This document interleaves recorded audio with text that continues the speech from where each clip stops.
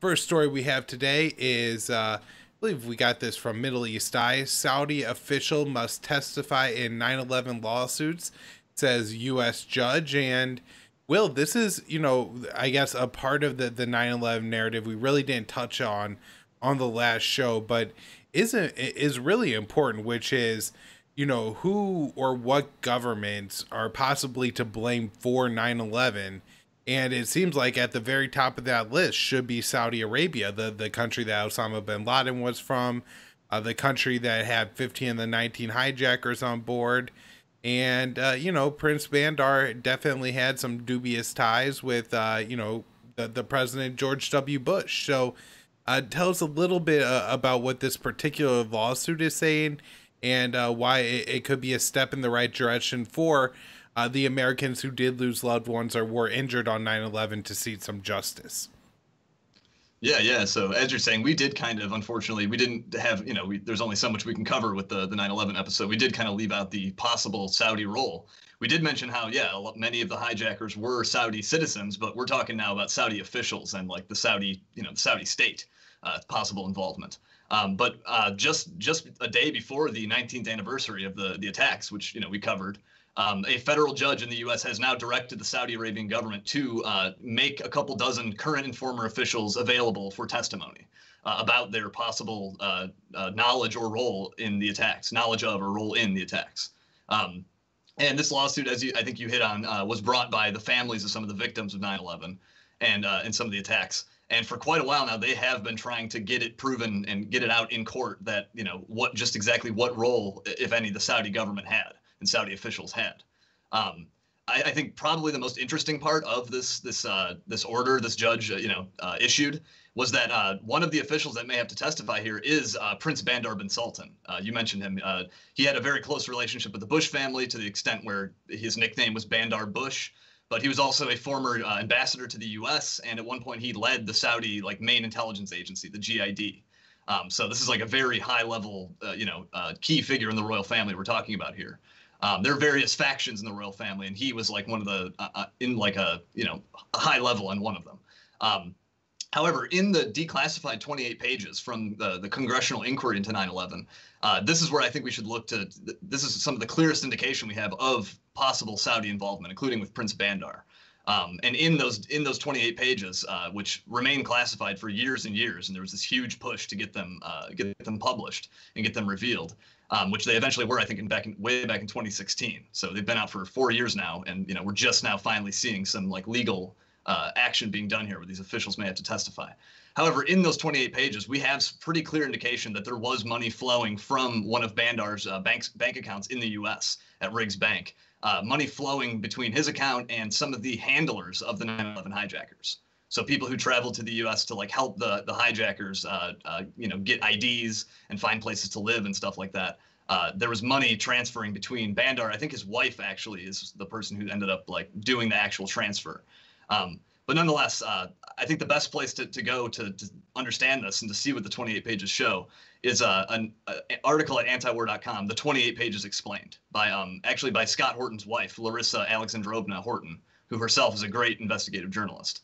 I won't go into all the details of her breakdown here. It's very long and probably better to read that than to hear about it here. But however, I would really encourage people to go check that out to see just all the connections. There really are clear indications that the Saudis were involved in, at least aware of the 9/11 plot. Yeah, well, so I think you're making it really important there with Larissa's article that she has all these, names and dates down, because you are making, a really big claim, saying that possibly the Saudi government, who has, been an ally of the United States. We sold them a lot of weapons ever since, 9/11. And in fact, a lot of the actions that we've taken in the Middle East against other countries, specifically look at Bashar al-Assad or the Houthis, it has been on behalf of Saudi Arabia to further their policy.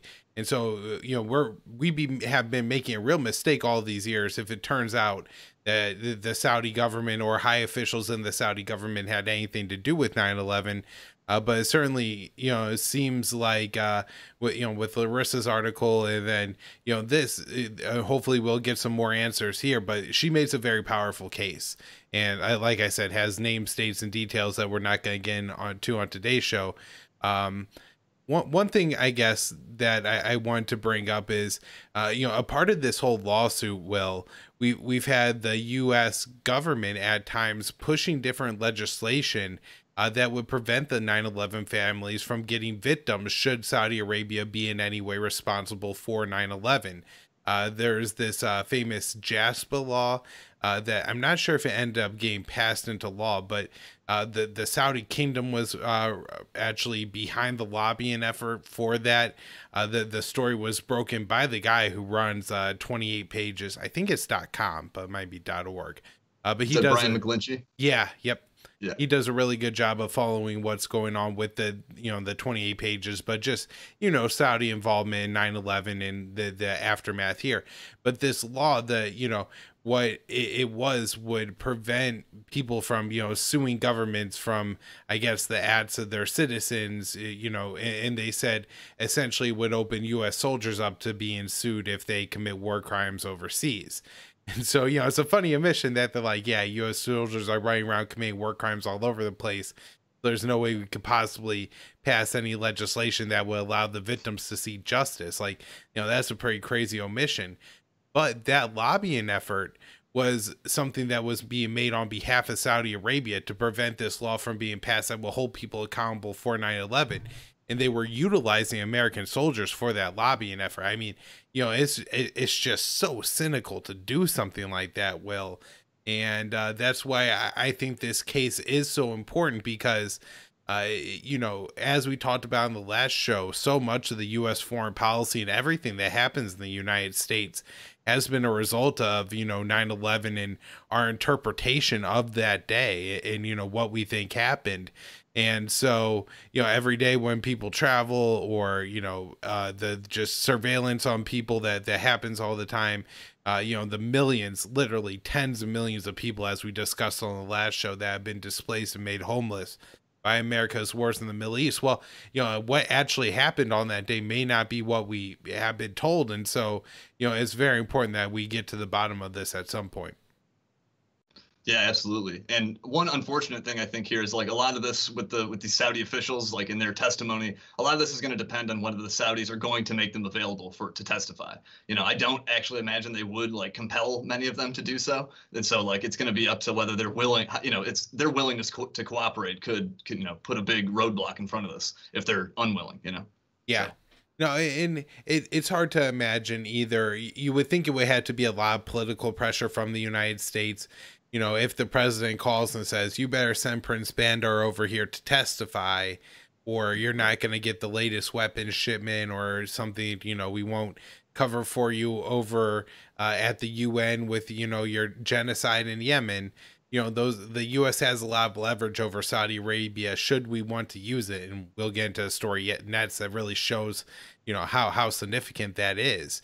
But yeah, it's very important here, what's happening. And, I guess I don't imagine either Trump or Biden doing that, but it does seem like Trump would be far more likely than Biden to do something rogue, although I doubt he will follow through with it. But I can see him saying it, oh, we're looking at having some Saudi princes come testify about 9/11. Like, I can see that being something that Trump says, but I don't think he has the wherewithal to actually make that happen, because I do think it would be a diplomatic effort that required nuance and concentration and long-term pushing.